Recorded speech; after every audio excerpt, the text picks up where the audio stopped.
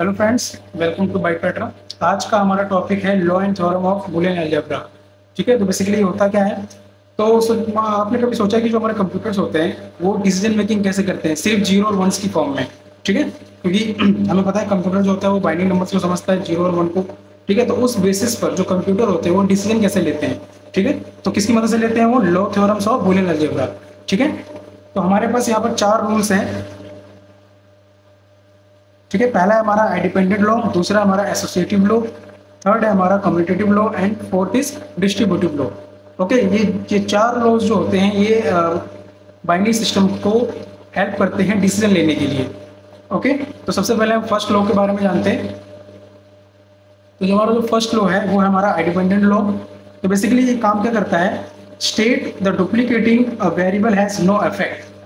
Basically जो हमारा first rule है इंडिपेंडेंट लॉ, ये क्या करता है हमारी इक्वेशंस में से, मतलब अगर हम लॉजिक किट्स की बात करें तो हम वहाँ पर जब इक्वेशन को सॉल्व करते हैं तो वहाँ से ये डुप्लीकेट वेरिएबल्स को रिप्लेस करता है। ठीक है, डुप्लीकेट वेरिएबल्स, जैसे हमारे पास एग्जांपल है a plus A equal to A. मतलब मान लीजिए आपकी इक्वेशन में दो जगह a यूज हो रहा है सेम ऑपरेटर के साथ, तो आप क्या कर सकते हो वहाँ पर a प्लस ए की जगह आप क्या कर सकते हो, सिंपल a।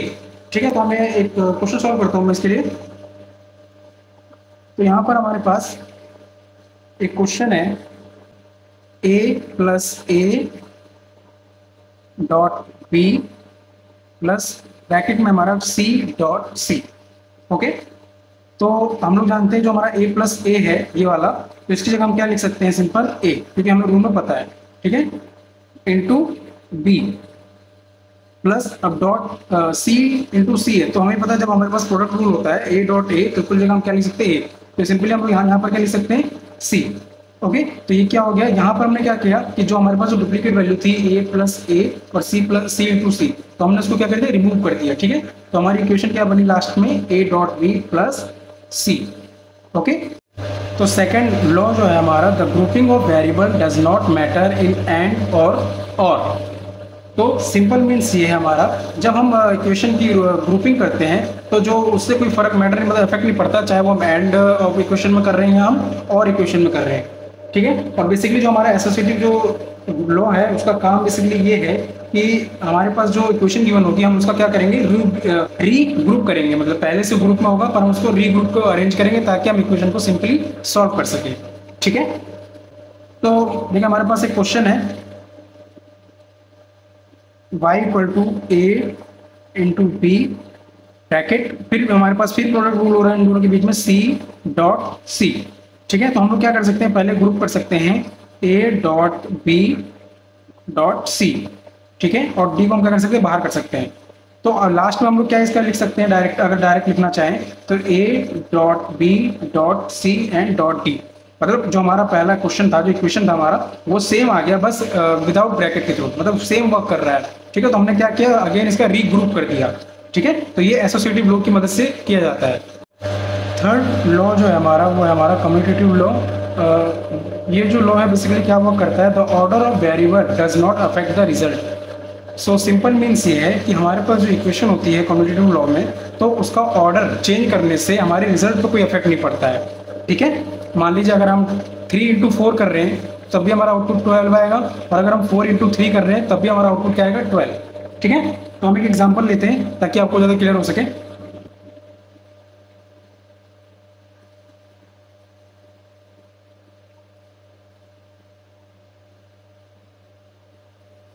तो यहाँ पर एक क्वेश्चन है हमारे पास, z equal to A dot B plus B dot A plus C.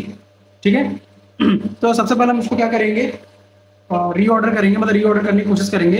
तो हम लोग क्या करते हैं, पहले ग्रुप कर लेते हैं।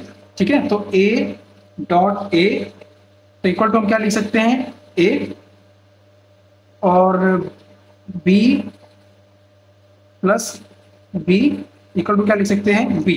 ओके, हमने अभी पीछे फर्स्ट लॉ में पढ़ा था, जो हमारा फर्स्ट लॉ था इंडिपेंडेंट लॉ, जहां पर हम डुप्लीकेट वैल्यू को रिमूव करते हैं। ठीक है, तो वहां पर हम डायरेक्ट क्या लिख सकते हैं, इस तरीके से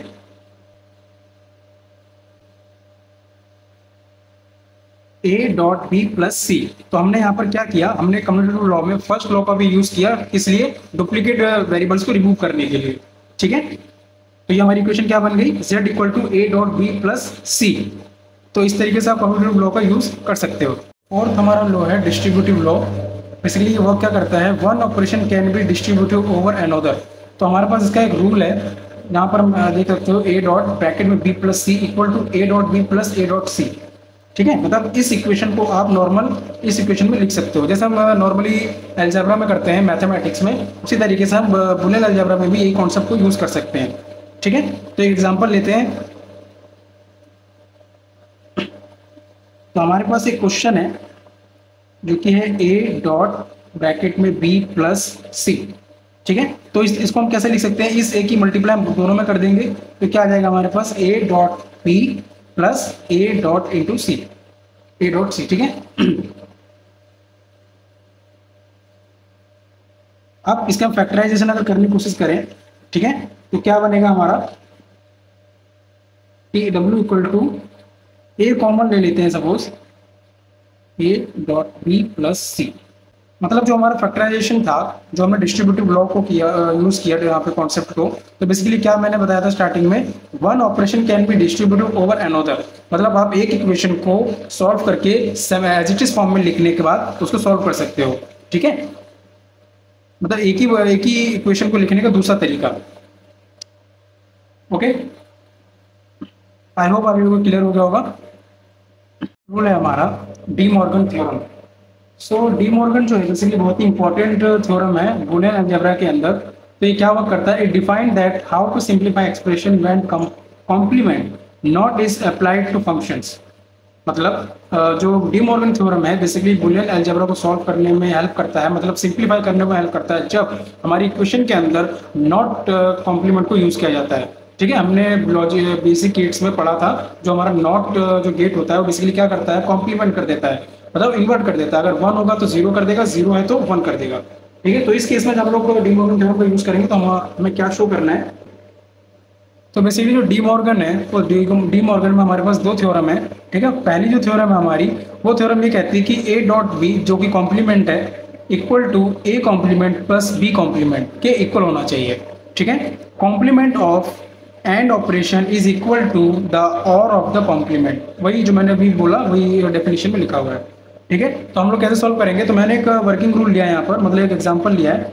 तो हम लोग कैसे इक्वल दिखा सकते हैं कि जो ए डॉट बी जो जिसके ऊपर कॉम्प्लीमेंट है वो इक्वल है A complement plus B complement के। ठीक है, तो सिंपली देखना, हमने दो इनपुट्स को लेकर सॉल्व किया है ए इंटू बी, तो सिंपली जब हमको आपस में मल्टीप्लाई करेंगे तो हमारे पास क्या आएगा, 0 0 0 एंड 1। ओके, नेक्स्ट यहाँ पर हमारे पास जो कॉम्प्लीमेंट का साइन लगा हुआ है, इसका मतलब क्या है कि जो हमारा जो आउटपुट आया उसको इन्वर्ट कर देना, मतलब कॉम्प्लीमेंट कर देना। तो 0 का हो जाएगा 1 1 1 एंड 1 का क्या हो जाएगा 0। ओके, तो अब यहाँ पर हमारे पास जो ए कॉम्प्लीमेंट और बी कॉम्प्लीमेंट है, क्योंकि हमें इक्वेशन में यही शो करना है ना, A complement plus B complement, तो हम क्या करेंगे, जो हमारे पास ए इनपुट्स था उसको हम पहले कॉम्प्लीमेंट में कन्वर्ट करेंगे। ठीक है, तो 0 है तो क्या हो जाएगा 1 1 और 1 है तो 0 0। इसी तरीके से बी को भी करेंगे, तो बी में क्या है, सबसे पहले हमारा 0 तो क्या हो जाएगा 1, नेक्स्ट क्या है 1 तो 0 0 है तो 1 एंड 1 है तो 0। ठीक है, तो आपस में ऐड करेंगे तो 1 plus 1 1 1 plus 0 1 0 plus 1 1 and 0 plus 0 0। ठीक है, तो देखो अब आप देख सकते हो कि जो हमारे पास ए डॉट बी और जो कि कॉम्प्लीमेंट था वो इक्वल टू था हमारे A complement plus B complement के। ठीक है, तो हम लोग आप देख सकते हो कि हमारे पास जो कॉम्प्लीमेंट आया है वो इक्वल है।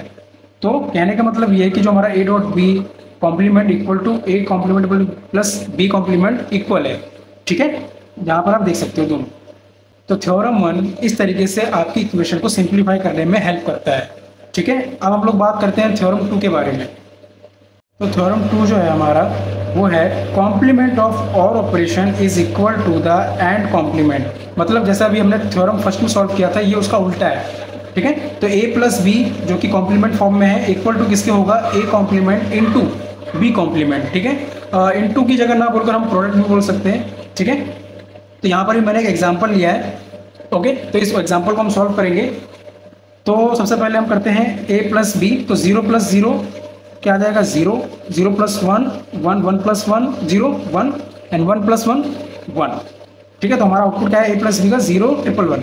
अब इसी का हम लोग क्या करेंगे कॉम्प्लीमेंट। ओके, तो 0 को बन जाएगा 1 और 1 1 1 जो होगा क्या बनेगा 0। आई होप अंडरस्टैंड हो रहा है। तो एक अब हमारे पास ए कॉम्प्लीमेंट और बी कॉम्प्लीमेंट फॉर्म में भी है, ठीक है। तो इसका हम क्या करेंगे, जो इनपुट्स है हमारे उनको हम उल्टा कर देंगे, 1 1 0 0 1 0 1 0। अब इनका जब आपस में हम प्रोडक्ट करेंगे तो क्या आएगा 1 और बाकी नंबर्स क्या आएंगे हमारे पास 0 0 0, ठीक है। तो देख सकते हो यहाँ पर भी आप, जो हमारा ए प्लस बी जो कॉम्प्लीमेंट था वो इक्वल टू किसके है, A complement into B complement के, ठीक है, फ्रॉम द टेबल जो हमें मिला हुआ है, ठीक है। तो ये था हमारा डी मॉर्गन का सेकंड थ्योरम। तो सेकंड थ्योरम जो थी, मतलब जो फर्स्ट और जो सेकंड थ्योरम है, बेसिकली इसी तरीके से आपकी क्रिटिकल जो इक्वेशंस होती हैं लॉजिक गेट्स के अंदर, उनको सिंप्लीफाई करने में आपको हेल्प करता है, ठीक है। तो इस वीडियो में इतना ही। आई होप वीडियो आपको यूजफुल लगा हो, ठीक है। वीडियो अच्छा लगा हो तो लाइक करें, शेयर करें एंड सब्सक्राइब करें। Thank you.